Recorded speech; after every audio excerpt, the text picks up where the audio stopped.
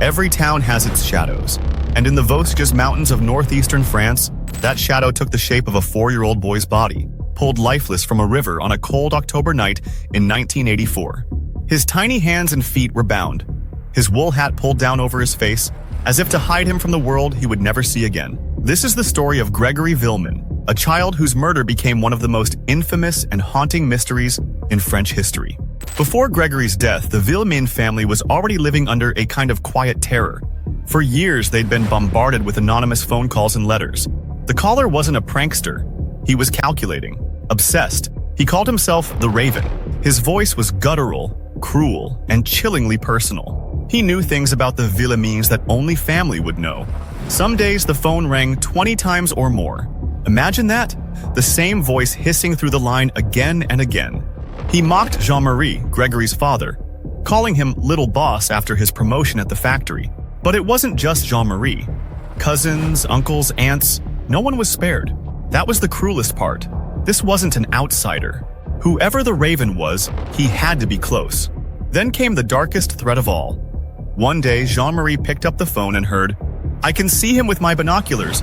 Don't let your boy stay outside too long, or one day, you'll find him dead." Jean-Marie snapped, shouting back that he'd kill the Raven if he touched Gregory. But that was exactly what the Raven wanted. He had found the Villemins' breaking point. Soon after, a letter arrived. "Villemin family, I will murder you. I will make good on my threat. It's your choice, life or death." And then, silence. For over a year, the calls and letters stopped. The family thought the nightmare was over. But it wasn't. The worst was still waiting. October 16th, 1984. L'Épinge-sur-Vallon was quiet, tucked against the riverbanks.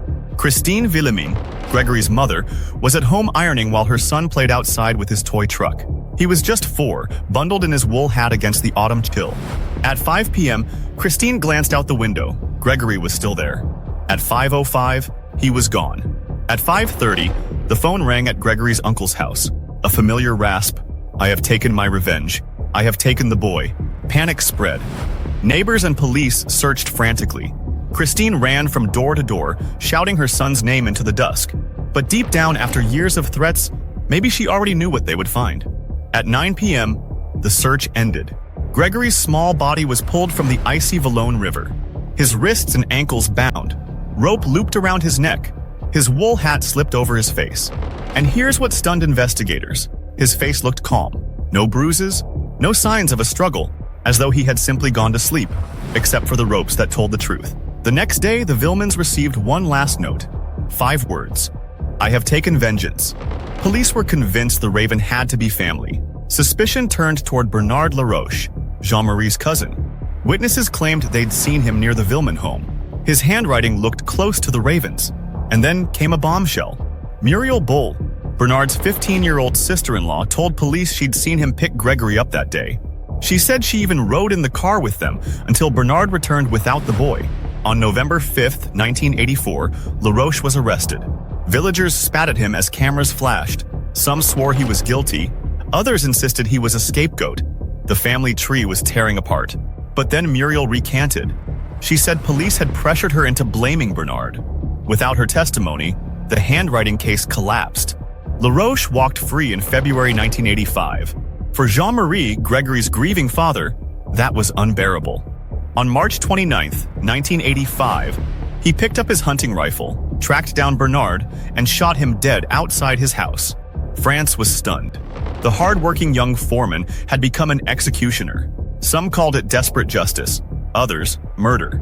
Either way, his son was still gone, and nothing was closer to the truth. With Laroche dead, investigators looked elsewhere. And shockingly, they turned on Christine. Some experts claimed her handwriting matched the Raven's. Witnesses swore they'd seen her at the post office mailing a letter the day Gregory died. In July 1985, 7 months pregnant, Christine was arrested. A grieving mother, handcuffed, accused of killing her own child. She denied it all. In her cell, she launched an 11-day hunger strike, risking her unborn baby. The courts eventually released her, and years later she was officially cleared. But whispers never fully left her. Her grief was multiplied by suspicion. The years dragged on. New DNA tests in 2001, 2008, 2013. Each time, fresh hope. Each time, disappointment. In 2017, Gregory's great-aunt and uncle, Marcel and Jacqueline Jacob, were arrested on suspicion of a family conspiracy. But again, no charges stuck. The tragedy rippled outward. Judge Jean-Michel Lambert, criticized for mishandling the case from the start, could never escape the weight of it.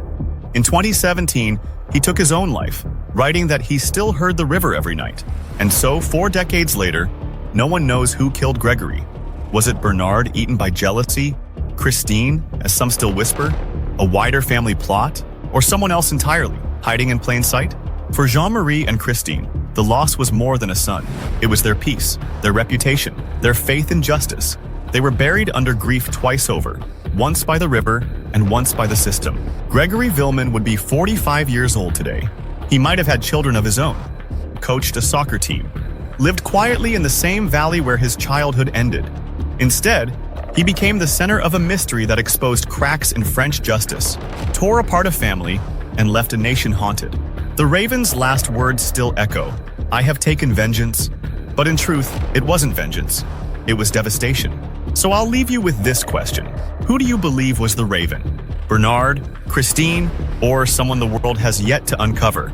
Drop your thoughts in the comments, and if you want more stories like this, tragedies, mysteries, unanswered questions, make sure you subscribe to Evidence Trail, because every town has its dark side, and sometimes those shadows never fade.